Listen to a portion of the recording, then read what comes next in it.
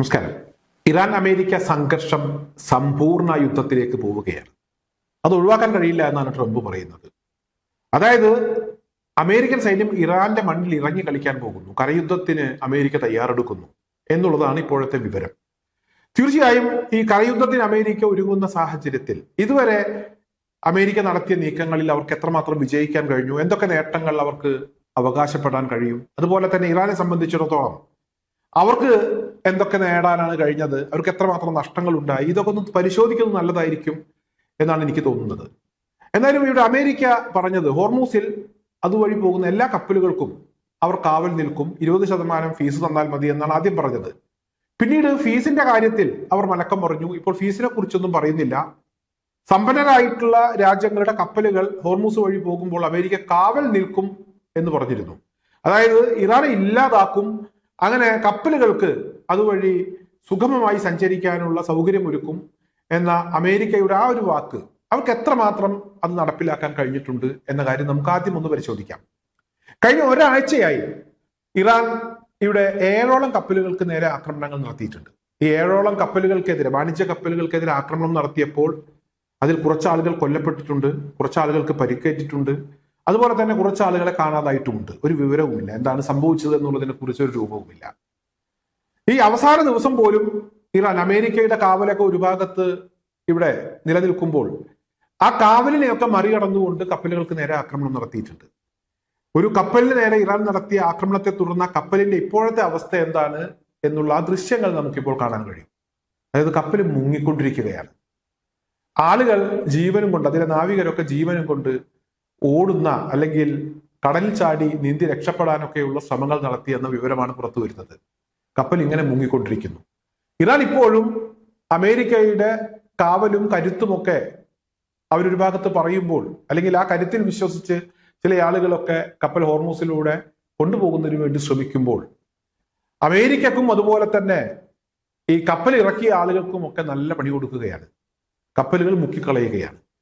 ഇതാണ് ഹോർമൂസിലെ ഒരു അവസ്ഥ. ഹോർമൂസിലെ ഇതുവരെയുള്ള കാര്യങ്ങൾ പരിശോധിച്ചാൽ അമേരിക്കയെ സംബന്ധിച്ചിടത്തോളം ഹോർമൂസിൽ ഒരു ദുരന്തം തന്നെ അവർക്ക് സംഭവിച്ചിരിക്കുന്നു എന്ന കാര്യം ഉറപ്പാണ്. അതുപോലെ തന്നെ മറ്റൊരു പ്രധാനപ്പെട്ട കാര്യം എന്ന് പറയുന്നത്, ഈ കുവൈത്തിലേക്കും ബഹ്റൈനിലേക്കും ജോർദാനിലേക്കും ഖത്തറിലേക്കും UAE-യിലേക്കും ഒക്കെ നിരവധി ആക്രമണങ്ങൾ ഇറാൻ അവകാശപ്പെടുന്നുണ്ട്. എന്നാലും ഈ രാജ്യങ്ങൾ ഈ ആക്രമണങ്ങളെ പ്രതിരോധിച്ചു എന്നും പറയുന്നുണ്ട്. എന്തായാലും ഈ പ്രതിരോധിക്കുന്നതിന്റെ ദൃശ്യങ്ങളും അന്താരാഷ്ട്ര മാധ്യമങ്ങൾ ഇപ്പോൾ പുറത്തുവിട്ടിട്ടുണ്ട്. ഇവിടെ ഇറാന്റെ മിസൈലുകൾ, ബാലിസ്റ്റിക് മിസൈലുകൾ ലക്ഷ്യത്തിലേക്ക് പതിക്കുമ്പോൾ, അതായത് വടക്കോട്ടാണ് ഇറാന്റെ മിസൈൽ പോകുന്നതെങ്കിൽ ഈ മിസൈലിനെ പ്രതിരോധിക്കുന്നതിന് വേണ്ടി അമേരിക്കയുടെ പാട്രിയറ്റ് മിസൈല് അത് ആകാശത്തേക്ക് പൊങ്ങുന്നത് നമുക്ക് കാണാൻ കഴിയും. ഇറാന്റെ മിസൈൽ തെക്കോട്ട് പോകുമ്പോൾ അമേരിക്കയുടെ മിസൈൽ നേരെ വടക്കോട്ടാണ് പോകുന്നത്. അതായത് ഇറാന്റെ മിസൈലിനെ തകർക്കാനോ തടുക്കാനോ അമേരിക്കയുടെ ഈ പ്രതിരോധ സംവിധാനങ്ങൾക്ക് കഴിയുന്നില്ല. അത് നേരെ മറ്റൊരു വഴിക്ക് പോകുന്നു, അത് എവിടെയോ പോയി എങ്ങനെയോ അവസാനിക്കുന്നു. ഇതാണ് അവസ്ഥ. എന്നാലും ഇത്തരത്തിൽ ഇറാന്റെ മിസൈലുകൾ ലക്ഷ്യത്തിൽ പതിച്ചതിന്റെ ഭാഗമായി ബഹ്റൈനിലും കുവൈത്തിലും ഒക്കെ വലിയ നഷ്ടങ്ങൾ അമേരിക്കക്ക് ഉണ്ടായിട്ടുണ്ട്. നിരവധി അമേരിക്കൻ സൈനികർ പെട്ടിയിൽ കയറിയിട്ടുമുണ്ട്. ഇന്ന് ജോർദാനിലേക്ക് ഇറാൻ നടത്തിയ ഒരു ആക്രമണത്തിന്റെ ദൃശ്യങ്ങൾ ഇതിനോടകം പുറത്തു വന്നിട്ടുണ്ട്. വലിയ നഷ്ടങ്ങളെക്കുറിച്ചുള്ള വാർത്തകൾ തന്നെയാണ് അമേരിക്കയെ സംബന്ധിച്ചിടത്തോളം ജോർദാനിൽ നിന്നും പുറത്തു വരുന്നത്. ജോർദാൻ അവകാശപ്പെടുന്നത് ഇവിടെ ഇറാന്റെ ആക്രമണങ്ങളെ തകർത്തു, തടുത്തു എന്നൊക്കെയാണ്. എന്തായാലും ഇവിടെ ഇറാന്റെ ആക്രമണത്തിൽ അന്താരാഷ്ട്ര മാധ്യമങ്ങൾ അതിനെക്കുറിച്ചുള്ള ചില വിവരങ്ങൾ പുറത്തുവിട്ടിട്ടുണ്ട്. അമേരിക്കയുടെ F-15, F-16, F-35 കൂടാതെ MQ-9 ഡ്രോണുകൾ ഇതെല്ലാം ഇറാന്റെ ആക്രമണത്തിൽ തകർന്ന് തരിപ്പണമായി എന്നുള്ളതാണ് വാർത്ത. അതായത് ഒരിക്കലും ഇറാന്റെ ആക്രമണങ്ങളെ പ്രതിരോധിക്കാൻ അമേരിക്കക്ക് കഴിയുന്നില്ല. ഒന്നാമതായി ഇവിടെ പാട്രിയറ്റ് മിസൈലിന്റെ ഒരു ക്ഷാമം അത് വലിയ രീതിയിൽ തന്നെ അമേരിക്ക ഇപ്പോൾ അനുഭവിക്കുന്നുണ്ട്. പാട്രിയറ്റ് മിസൈലുകൾ നിർമ്മിക്കുന്നതിന് വേണ്ടിയുള്ള ഒരു നിർദ്ദേശം ഇപ്പോൾ യുക്രൈനാണ് അമേരിക്ക കൊടുത്തിരിക്കുന്നത്. യുക്രൈൻ ആണെങ്കിൽ നിൽക്കക്കള്ളിയില്ലാത്തൊരവസ്ഥയാണ്. റഷ്യയുടെ അടികൊണ്ട് അവരൊരു ഭാഗത്ത് ഉഷ്ണിച്ചുകൊണ്ടിരിക്കുകയാണ്. ഈ സമയത്ത് മിസൈൽ നിർമ്മിക്കാൻ പറഞ്ഞാൽ അത് വലിയ കഷ്ടമാണ് എന്ന രീതിയിലുള്ള ചില വാർത്തകളും പുറത്തു വരുന്നുണ്ട്. ചുരുക്കി പറഞ്ഞാൽ അമേരിക്കയെ സംബന്ധിച്ചിടത്തോളം ഇവിടെ അവർ ഇപ്പോൾ വലിയ ദുരന്തത്തിലാണ്, വലിയ ദുരന്തമാണ് അവരെ സംബന്ധിച്ചിടത്തോളം ഉണ്ടായിരിക്കുന്നത്. ഹോർമൂസിൽ അടി, അതുപോലെ തന്നെ മിഡിൽ ഈസ്റ്റിൽ അമേരിക്കൻ ബേസുകളെയൊക്കെ ഇറാൻ നിരത്തി അടിക്കുകയാണ്.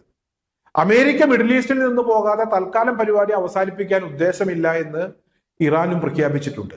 എന്തായാലും ഈ ഒരു സാഹചര്യത്തിലാണ് കൂട്ടരെ ഇവിടെ അമേരിക്ക ഒരു കരയുദ്ധത്തിന് മുതിരുന്നത്.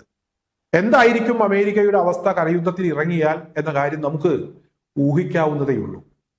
വലിയ വായിൽ വീമ്പൊക്കെ പറയുന്നുണ്ട്, കരയുദ്ധം ഒഴിവാക്കാൻ പറ്റില്ല, ടെഹ്റാന്റെ മണ്ണിൽ, ഇറാന്റെ മണ്ണിൽ ഞങ്ങളുടെ സൈന്യം ഇറങ്ങാൻ പോകുന്നു, ഞങ്ങളുടെ ബൂട്ടുകൾ ആ മണ്ണിൽ സ്പർശിക്കാൻ പോകുന്നു എന്നൊക്കെ വീമ്പ് പറയുന്നുണ്ട്. ഡയലോഗൊക്കെ വളരെ ഗംഭീരമാണ്. പക്ഷെ ഇറങ്ങിയാൽ അറിയാം എന്തൊക്കെയാണ് സംഭവിക്കാൻ പോകുന്നത് എന്ന്. എന്തായാലും ഹോർമൂസിലും അമേരിക്കയെ സംബന്ധിച്ചിടത്തോളം അവർ ഒരുപാട് അനുഭവിച്ചു, ഇപ്പോഴും അടി കൊണ്ടുകൊണ്ടിരിക്കുന്നു.